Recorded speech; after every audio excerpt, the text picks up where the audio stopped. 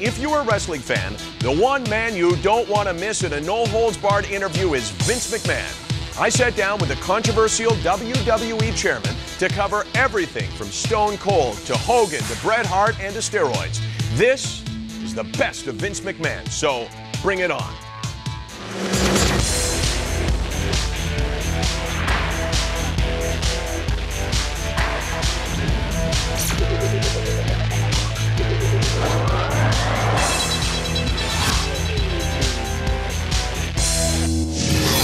Off the Record with Michael Landsberg is brought to you by the Cake Steakhouse and Bar. For great steaks, good friends, see you tonight. I've said it before and I will say it again. Wrestlers make some of the best guests we've ever had on OTR. They've helped put this show on the Canadian TV map. So, when their boss Vince McMahon asked for his chance to speak his mind, well, to quote Ernie Banks, I thought, let's play two. We pulled the best of our two shows with Vince into one power-packed half hour. We start by asking Vince about the man who helped transform him from millionaire into multi-millionaire, Stone Cold Steve Austin, and why he's not on the WWE roster. Well, Stone Cold can't physically compete anymore, and we've known that for a while. And Steve is one that if he really can't contribute, then he doesn't want to be on the sidelines. He doesn't want to be thought of as less than what he was. This is really Steve's decision, not mine. But isn't part of it that he wants to be thought of as Stone Cold Steve Austin away from wrestling? And you guys are in dispute right now over the name. He wants the rights to use his name, and you guys haven't come to an agreement yet. Is that true? Well, without Steve being a contracted performer, then when you're a contracted performer, you have lots of rights and privileges and things of that nature. But as a public company, we own the IPO, the intellectual property, known as Stone Cold Steve Austin.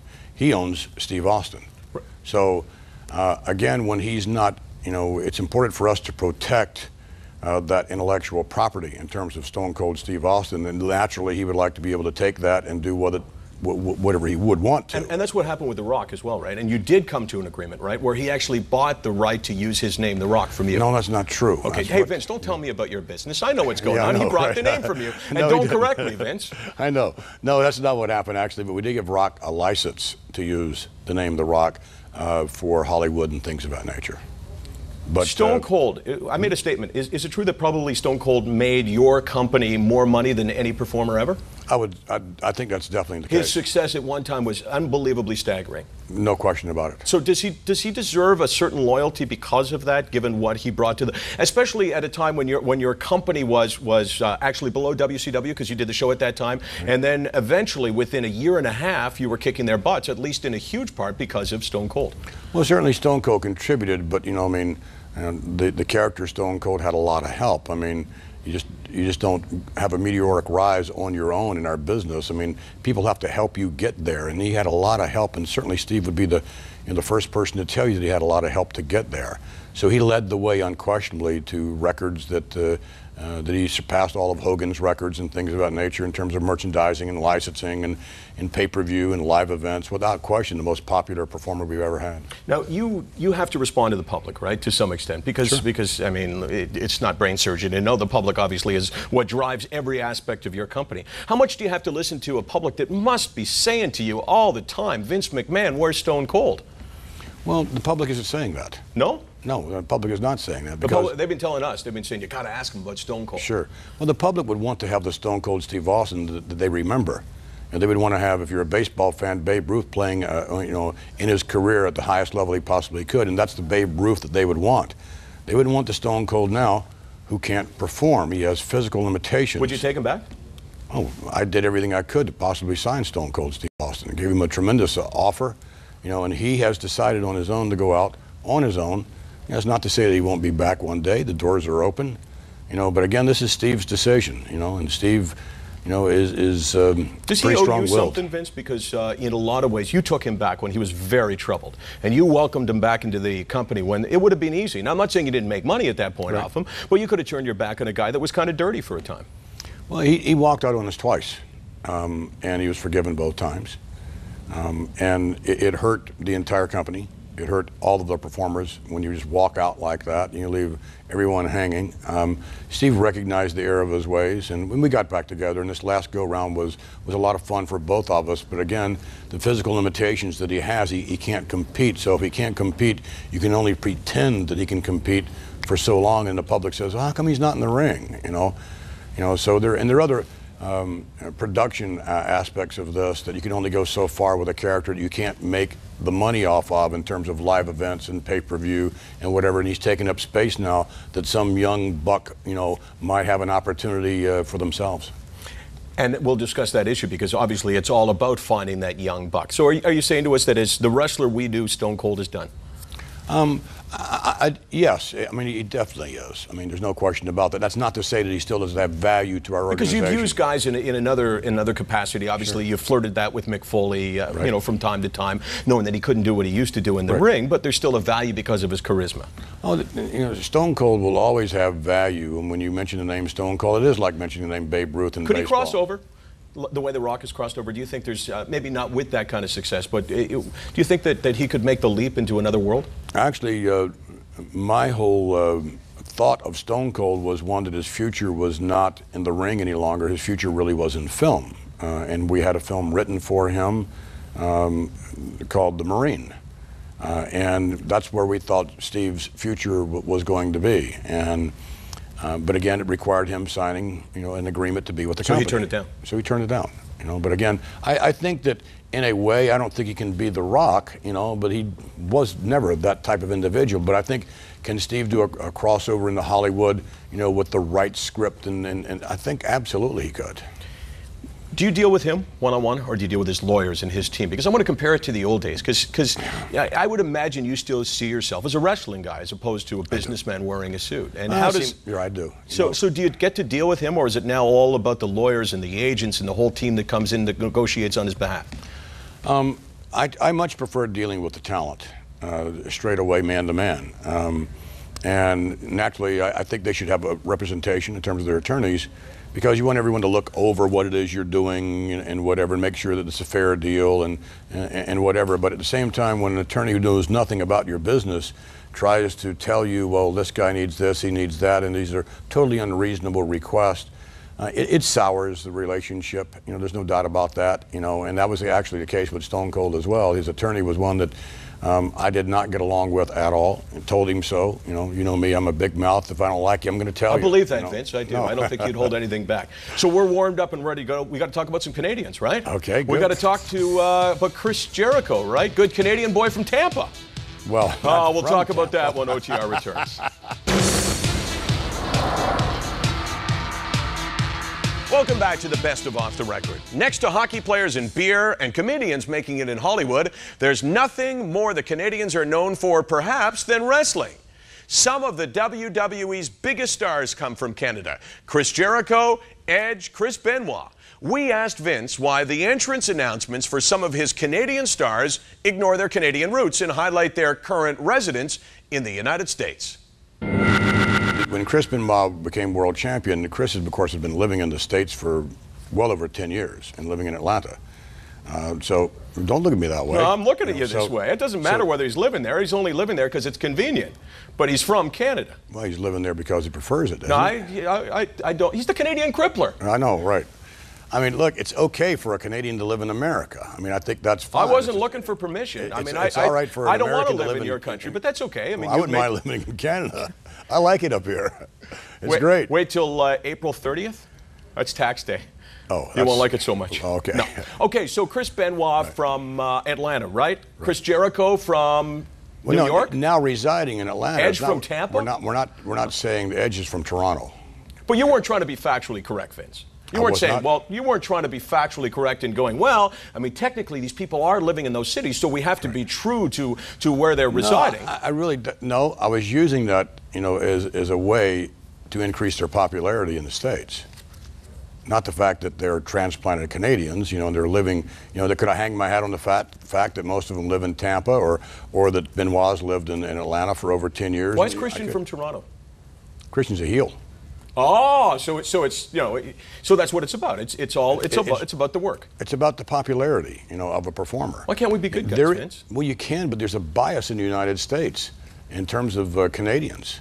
I dare say there's a bias in Canada in terms of those from the United States, but not as strong. Does that date back to the Hart Foundation and all of what that brought, which I still to this day, when we talk to Bret Hart about it, and he and I have gotten to be pretty good friends through the show. I don't like dropping names, but he's a guy that I feel, no, it's true, I feel a ton of warmth for him. He says the greatest time in his life in terms of wrestling was that period of time. Right. It was a good time. Right. And so it still goes back to that, the fact that, you know, making the Canadian the heel is a good thing. And conversely, when you come over here to Canada, a lot of the, you know, the baby faces, Americans, are heels in terms of Canada, depending on if they're working with Canadians or not. So what do you say to Canadian fans who love Chris Benoit, the Canadian crippler? I would say continue to love him. You know, we certainly don't hide the fact that he was, you know, born in Montreal, grew up in Edmonton. You know, we're proud of that. You're a smart man, Vince. No, I'm not. You're trying to show, hey, no, really. I know where he's from. You know, but we don't hide that fact. I mean, he's proudly from Edmonton. We'll tell you so in every interview that you ever do. So if he's now residing in Atlanta, which he is, that's factual. At the same time, in the image of the biased American, you know, it helps Benoit's image. Bret Hart, you know where he's living? Yes, I do. He's living in Calgary, and you know that, of course, because the Hart family is unbelievably well known, and you know that family, and but you visited him, didn't you? Yes, I did. Yeah, tell me about your meeting, because I've heard some stuff, and I want you to tell me, as it relates to wrestling, of course. Well, it was really nice to meet with Bret. My son Shane and I did. Bret was an hour late for the meeting, which is Bret's style. He was watching the Flames. You know, of course, we were too, but I didn't tell him that when he arrived an hour late. I said, "Where the hell have you been?" You know, he said, "Well, I got caught in traffic. I was a little bit late. You know, I was watching the Flames." So it was really good to see Bret. You know, and Bret and I at one time were very, very close. I'd like to think that we still are. But he hated you in between the time you were close and where you are now, right? I think he probably did. You know, I don't. Oh no, he did. You know, the feeling. He did. I mean, this is not probably. He hated you. You know what? If you hate someone, I think you have to care. You know, if you... Oh, he would be the first to admit that, Vince, that he could only hate you because you were so close and you meant so much to his life. And he felt betrayed by you. Right. And that's really unfortunate. It was an unfortunate time in my life, an unfortunate time in Bret's life. And, you know what, I'd like to apologize if I could for that situation, but I find myself in a situation of, look, would I do that all over again? I probably would. You know, so an apology would not be the right thing to do. Certainly opening my arms and, you know, for the company and for all of Bret's fans to say, Bret, come back in some capacity, even if it's a one night honoring Bret. It's something we'd like to do. We're contemplating putting out a CD like we did on Ric Flair and so forth with Bret Hart, you know, and we want Bret to help us out with that. And that was one of the purposes of the meeting, and Bret said he would. You know, Bret's legacy is extraordinary, and it's part of the fabric of WWE, and we applaud that, even though Bret and I haven't always gotten along, and Bret at one time perhaps hated my guts, as you say. And it's fair to say that his popularity in this country could never be questioned. He's a Canadian hero, right? No question about it. Yes, I did it. Because I threw it out the first time we were on the show, and I said he's a Canadian hero, and you disagreed with that because you said he's a WWF hero at the time. And also a Canadian one. Okay. I'm just having fun with you. But it would be hard to start a relationship with a guy when you said, if I could do it all over again, I'd screw you again, because it was good for business. Well, at least you know, well, not necessarily good for business. I don't know if it was good for business. You look back on it, and it was. You know, because you capitalized on that brilliantly, though. Like the legacy to me of Vince McMahon, more than anything, would be after you walked out of the Survivor Series in Montreal, you turned what could have been a PR nightmare to a huge positive. You built that as a huge storyline. Yes, I mean, why not? I mean, you know, as a flexible human being and a flexible businessman, you have to go with, you know, what conditions are. Conditions change sometimes beyond anything you have to do with them, and you either rock with them or you die. So we agree then, Canadian hero, Bret Hart. Canadian hero. Vince McMahon, more in a moment.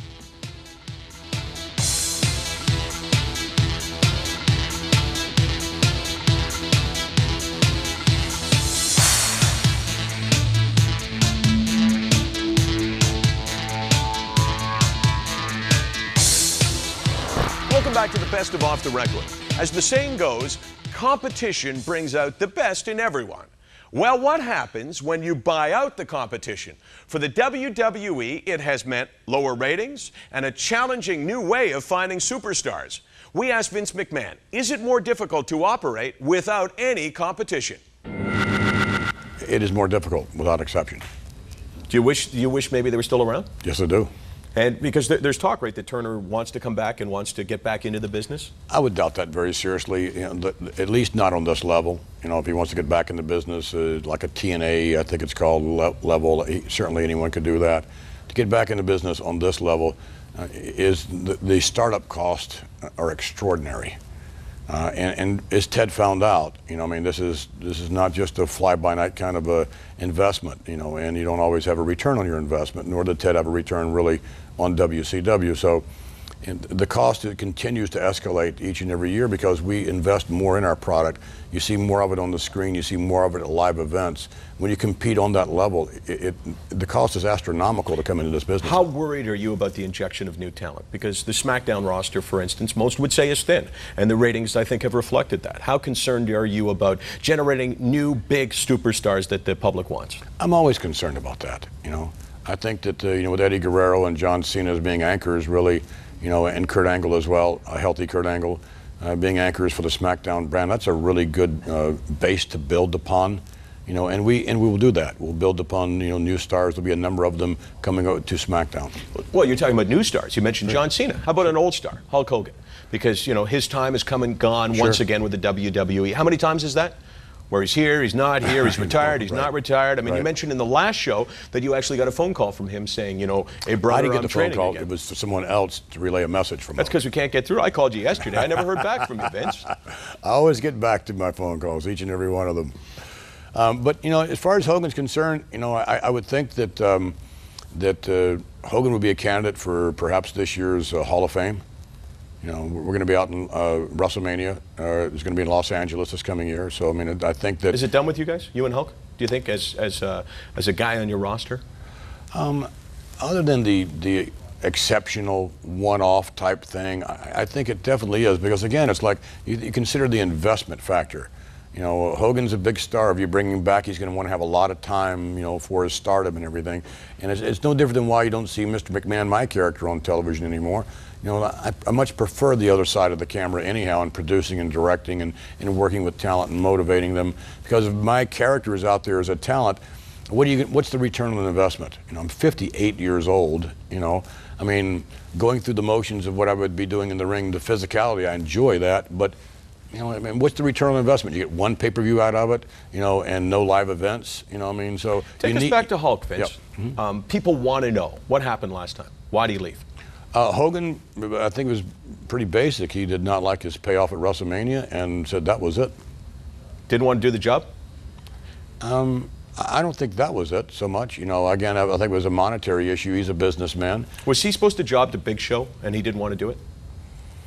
Because he has the reputation, right, of doing what's good for Hulk, and you certainly can't you can't condemn him from the aspect that he's built himself, this massive franchise called Hulk Hogan. But sure, he has a reputation in the business of not doing for others what they did for him. Yeah, I don't know. Sometimes I think that's deserved, unquestionably. Sometimes it's not deserved. Is that what happens with him, or what happened with him with Big Show? I don't recall that incident, quite frankly. It could very well have been. When guys say they don't recall on the witness stand, people just think they don't want to answer the question. Yeah, I know that, but I just don't recall. Unfortunately, this isn't the witness stand. Right. So Hulk could have limited representation in your company, but his job as a big star is gone. How about Goldberg? Again, Goldberg had a tremendous impact. When he came, he was here for a year. We knew that it was a pricey situation when he came over. I heard you didn't like his contract from the time you signed him. Is that true? No, if I didn't like it, I wouldn't have signed it. It was a bit of a risk, as it were, but nonetheless, his contributions were everything that we thought they would be. So you got what you wanted, what you hoped for out of Goldberg? I think because so. He was supposed to be a guy who would really inject a lot of life in the company. Yes, and he did. And again, it was a one-year deal, and we again reserved the right to open the door if Bill would ever want to come back, and we'd want him back, to do some one-off stuff. I don't think Bill doesn't enjoy the day-to-day aspects of the business, in terms of being on the road and things of that nature. And And again, it's an investment factor. Who you're going to invest your money in? Someone who's, doesn't enjoy it and doesn't want to contribute a full-time schedule, or some up-and-coming star who you can get your investment out of. So it becomes a business decision. See, I'm interested because you talk about Goldberg and you talk about Brock, about how they found the lifestyle difficult. Is part of that because they're not wrestlers? They're guys who came from something else to become wrestlers. That the guys who understand and lived and breathed and grew up with wrestling understand that it's not once a week. Right. It's 3-4 times a week, and this is the commitment you got to bring. I think that's fair. Again, I think that the ones that have the longevity here, are the individuals who grow up as a child loving and emulating and wanting to be a superstar in the WWE. Welcome back to the best of Off the Record. In the early 1990s, Vince McMahon and the then WWF came under scrutiny after a doctor had admitted to a federal jury that he had supplied wrestlers with steroids.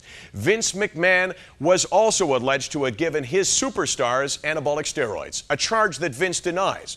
Although cleared of all charges, the steroid question has dogged Vince and the WWE since then. So we asked, do you still test your superstars for steroids?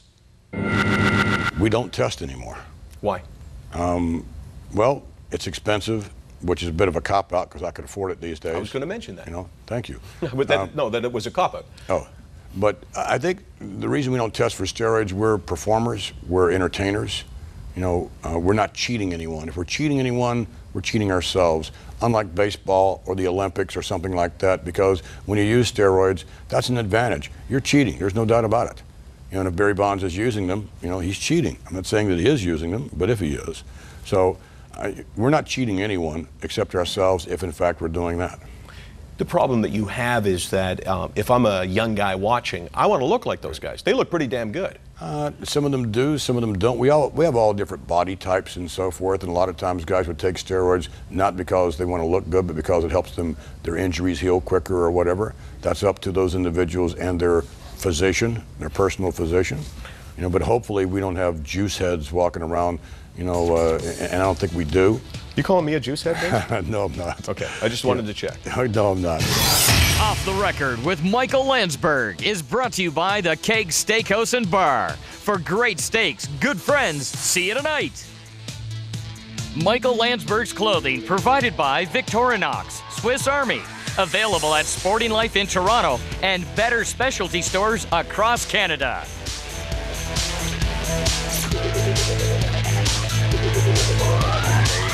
No, but guys should know.